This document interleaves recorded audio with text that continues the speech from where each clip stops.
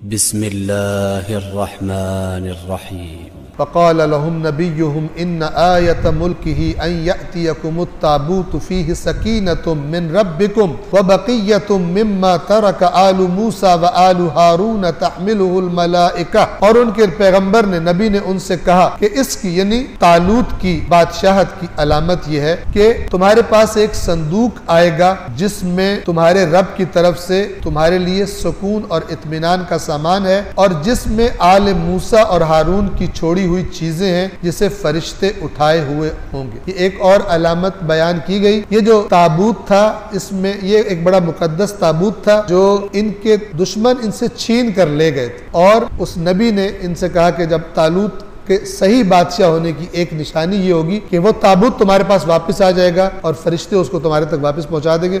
उसके अंदर तबर्रुकात थे, मसलन हजरत मूसा की चीज़ें थी और हजरत हारून और इस तरह के मुकद्दसात थे और वो बनी इसराइल के अंदर बहुत ही बाबरकत और मुकद्दस समझा जाता था। लेकिन जब कोई कौम अल्लाह का दीन छोड़ दे तो फिर उसकी सारी चीज़ें लूट के लोग ले जाते, तो ये भी वो लूट कर ले गए। तो इन्होंने फरमाया कि ये तालूत की निशानी होगी कि तालूत की वजह से वो ताबूत तुम्हें वापस मिल जाएगा, तुम्हारे दरमियान आ जाएगा। और जब ताबूत इनके दरमियान होता था तो इनके लिए बायस से सुकून होता था, कोई इनके पास अल्लाह की ताईद है, एक बाबरकत चीज़ इनके पास मौजूद है। इन्न फी ज़ालिका लआयतन लकुम इन कुंतुम मुमिनीन, यकीनन इसमें तुम्हारे लिए निशानी है अगर तुम मोमिन हो। ये अल्लाह ताला बाज़ आयत के एंड में ये लेके आता है और वो तवज्जो करवाने की, अगर वाकई तुम्हारे अंदर ईमान है तो फिर जो बात मैंने की है उससे तुम्हें तसल्ली हो जाएगी, लेकिन अगर ईमान नहीं है तो फिर तसल्ली भी नहीं होगी। फलम्मा फसल तालूत बिल जुनूद, जब तालूत लश्कर लेकर रवाना हुआ, क़ाल इन्नल्लाह मुब्तलीकुम बिनहरिन, तो उन्होंने कहा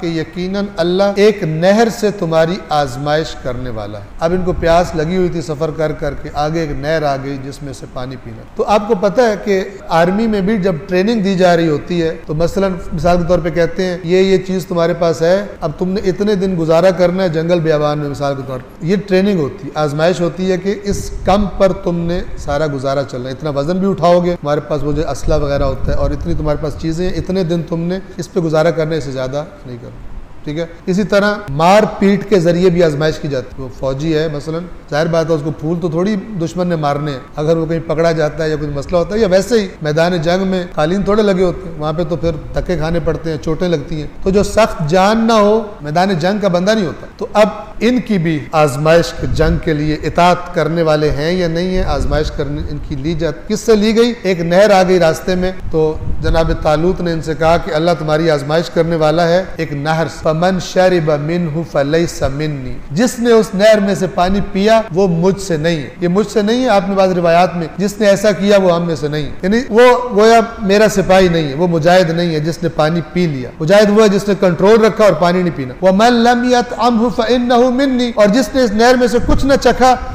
वो मुझसे है, इल्ला मन इग़तरफ़ ग़ुरफ़तन बियदिही, मगर एक दफा, ये जैसे चुल्लू कहते हैं, एक दफा चुल्लू भर के पी सकते, एक दफा पी सकता है जो चुल्लू में पानी आए, इससे ज्यादा नहीं पिएगा। जैसे मैंने कहा आजकल क्या करते हैं, ये खाने पीने का सामान है तुम्हारे पास, इतने दिन तुमने गुजारा करना है और ये ट्रेनिंग होती है, तो एक घूंट जो पिएगा, एक चुल्लू भर के जो पिएगा वो ठीक है, पी सकता है, इससे ज्यादा जो जिसने पिया वो हमारा साथी नहीं है। फशरिबू मिन्हु, पी गए, जब नहर पे पहुंचे पी गए। फशरिबू मिन्हु इल्ला कलीलम मिन्हु, अल्लाह के बंदे आप जहाँ भी देखें कुरान में थोड़े, कलीलुम मिन इबादी शकूर, ठीक है, जो हकीकी वाकई जिनको ईमान वो काम करवाता है, मुश्किलात से भी वो खेल जाते हैं, वो कलील होता है। फशरिबू मिन्हु इल्ला कलीलम मिन्हुम, उन्होंने पानी पी लिया सिवाय एक कलील तादाद के उनमें से, उन्होंने वही जो बताया गया था उतना। फलम्मा जावज़हू हुव वल्लज़ीन आमनू मअह क़ालू ला ताक़त लना अल-यौम बिजालूत व जुनूद, बस जब तालूत और उसके ईमान वाले साथी नहर से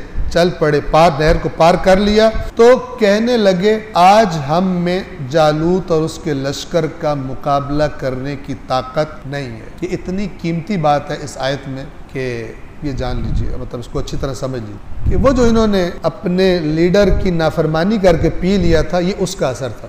ऐसा नहीं कि जिन्होंने पी लिया तो पीछे रह गए थे, जिन्होंने इताअत की थी वो थोड़े थे, लेकिन लश्कर सारा ही साथ था। तो जब नहर पार करने लगे तो वो जो नाफरमान थे, अब चूंकि जालूत से लड़ाई भाई करीब आ गई थी, तो क्या कहते हैं, हम अपने अंदर ताकत नहीं पा रहे जालूत, हालांकि आए तो जालूत से ही लड़ने थे, हमारे अंदर ताकत नहीं है जालूत से लड़ने की। ये असर है कि जो नाफरमानी की थी उन्होंने और पानी ज्यादा पी लिया। और ओवरऑल हम इसको कहें कि ये हराम खाने का असर होता है कि जिससे फिर अच्छे रहनुमाओं की बातें इंसान नहीं मानते, दिलों पे असर नहीं करती। और इसकी एक बड़ी शदीद तरीन मिसाल मैदान करबला है, आप सुनते रहते हैं।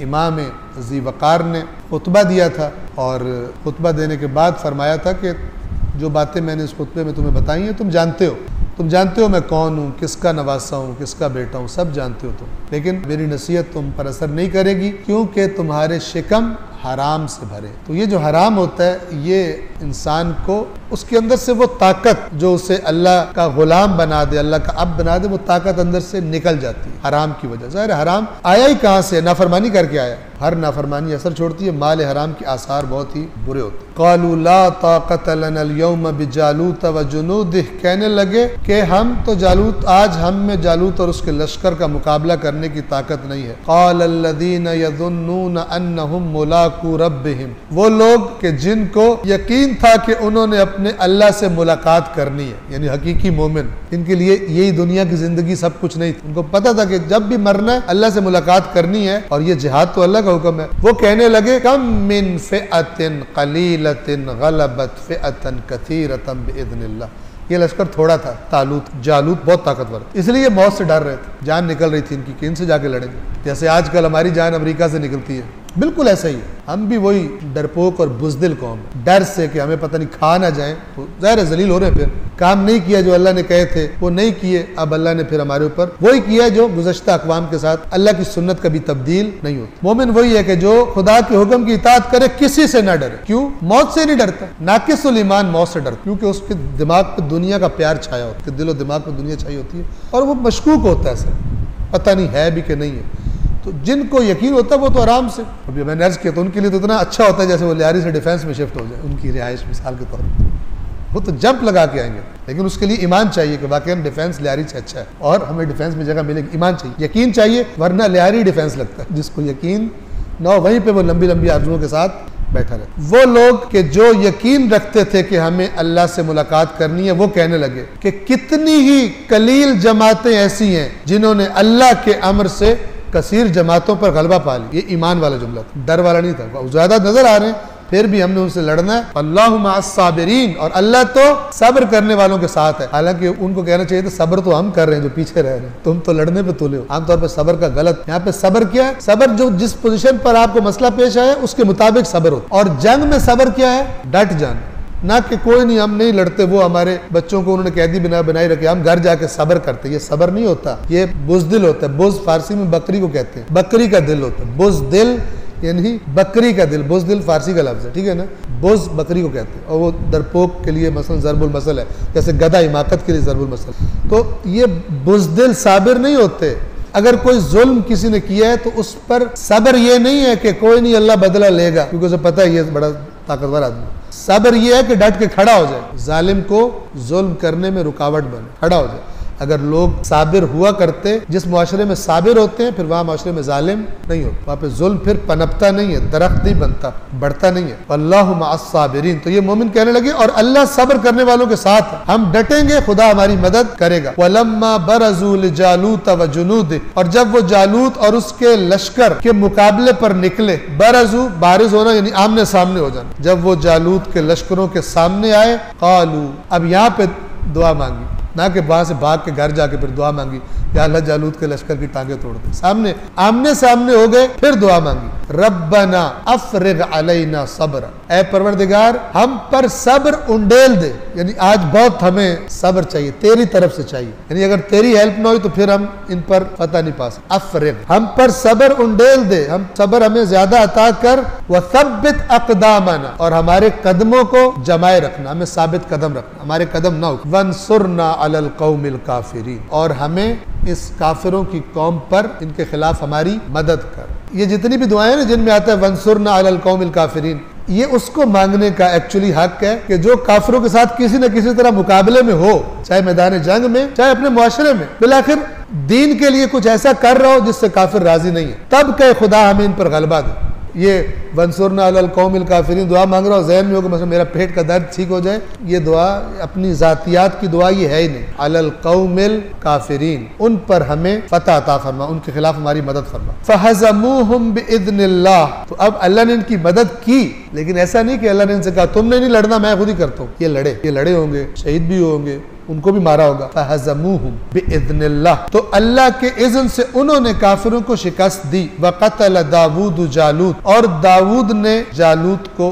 कत्ल कर दिया। व आताहुल्लाहुल मुल्क, और अल्लाह ने दाऊद को बादशाहत अता की। वल हिक्मा, और हिकमत अता फरमाई। व अल्लमहु मिम्मा यशा, और जो कुछ चाहा या दाऊद को तालीम दिया। अल्लाह ताला के नबी थे, खुसूसी चीजें अल्लाह ने अपनी तरफ से अता फरमाई। वलौला दफ़उल्लाहि अन्नास बअदहुम बिबअदिन लफसदतिल अर्द, यहाँ पे अल्लाह एक कुल्ली कानून जो हर वक्त दुनिया में चलता रहता कि जब भी एक जालिम आकर कहीं पर कब्जा करता है तो अल्लाह कुछ अरसे के बाद ऐसे लोग पैदा कर देता है कि जो उस जालिम का मुकाबला करते हैं और लोगों को उसके शर से निजात दिलवा देते। वो भी इंसान होते हैं जो काबिज होते हैं जालिम, और वो जो आके लड़ते हैं वो भी इंसान होते हैं। अल्लाह ऊपर से भेजकर खुद ब खुद नहीं करता। ऐसा कुरान में सुन्नत परवरदिगार क्या है, अल्लाह उस कौम की हालत को बदलने का इरादा नहीं करता जब तक वो खुद ना करे। ये अच्छाई में भी है और बुराई में भी है। अगर जब तक कोई कौम ना शुक्री ना हो जाए, अल्लाह ने जो उसको नेमतें दी होती है वो नहीं छीनता। हाँ, जब वो खुदा के हुक्मों की नाफरमानियां करने शुरू हो जाए और दीन सिर्फ उनकी जुबान का चस्का रह जाए और अमली तौर पर दीन उनकी जिंदगियों से चला जाए, सिर्फ जैसे मसलन मैं उसका अमली नमूना यह कि सिर्फ कुरान पढ़ के सवाब लेना, इस पर अमल नहीं करना, जब वो असल दीन को छोड़ दें, रूह दीन को छोड़ दें, तो तब अल्लाह भी छोड़ देता है।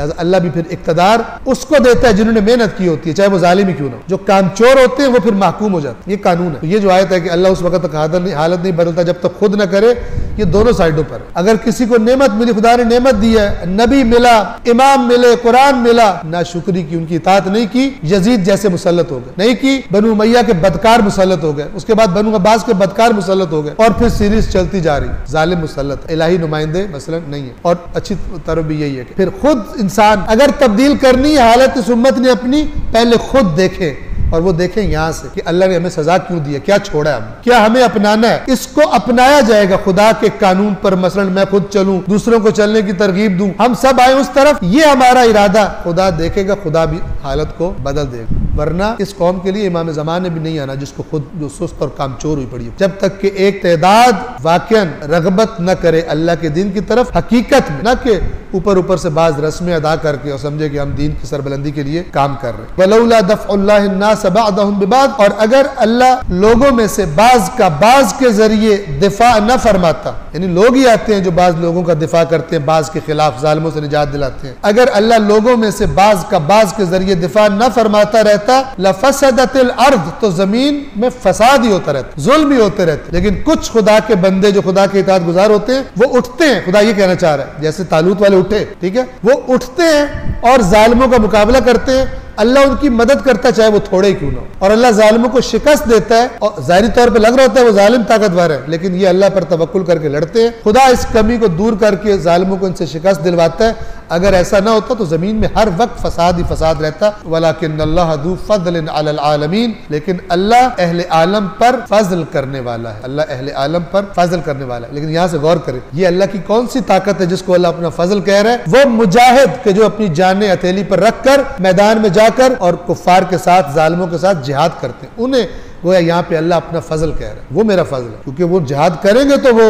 सुन्नत इलाही नहीं है कि अल्लाह ताला खुद, यानी लोग ना करें और अल्लाह ताला कर दे, कौमें ना करें और अल्लाह ताला कर दे। तिल्का आयातुल्लाहि नतलूहा अलैका बिल हक, यानी इस बहस को समेटा जा रहा है जो पिछली आयत में चल रही थी, बनी इसराइल की, तालूत और जालूत और सब। ये अल्लाह की आयात हैं जिन्हें हम ए रसूल आप पर तिलावत करते हैं, और ये बरहक, ये अल्लाह की आयत है जिन्हें हम आप पर तिलावत कर रहे हैं, आप पर बरहक तिलावत कर रहे हैं। क्या मतलब? यानी इनमें जो बातें हैं वो हक, अगर सीधा होना है तो इनको फॉलो करना। व इन्नका लमिनल मुरसलीन, और यकीनन आप मुरसलीन में से हैं, आप अल्लाह के नबी हैं। ये क्या तसल्ली है, क्योंकि लोग ये जो अल्लाह कह रहे हैं ना, ये आयात बरहक है। कुफार कहते थे ये नाउजुबिल्लाह अपने पास से घड़ते, तो ये उनको भी तज़क्कुर है। ये बरहक का आयात है, यही अल्लाह की नसीहतें हैं, यही अल्लाह के कानून है, यही गुज़श्ता अक़वाम के बरहक किस्से हैं। कैसे फतह होती थी अच्छे लोगों को, क्यों कौमों को अल्लाह का अजाब होता था, अल्लाह उनको धुतकार देता था। और ये जो कह रहे हैं कि ये अपने पास से बनाता है और ये नबी नहीं है, व इन्नका लमिनल मुरसलीन, और यकीनन आप अल्लाह के भेजे हुओं में से हैं। मुरसल की जमा है मुरसलीन। मुरसल कहते हैं जिसको भेजा गया हो, कोई पैगाम देकर, कोई बात देकर उसको भेजा गया हो।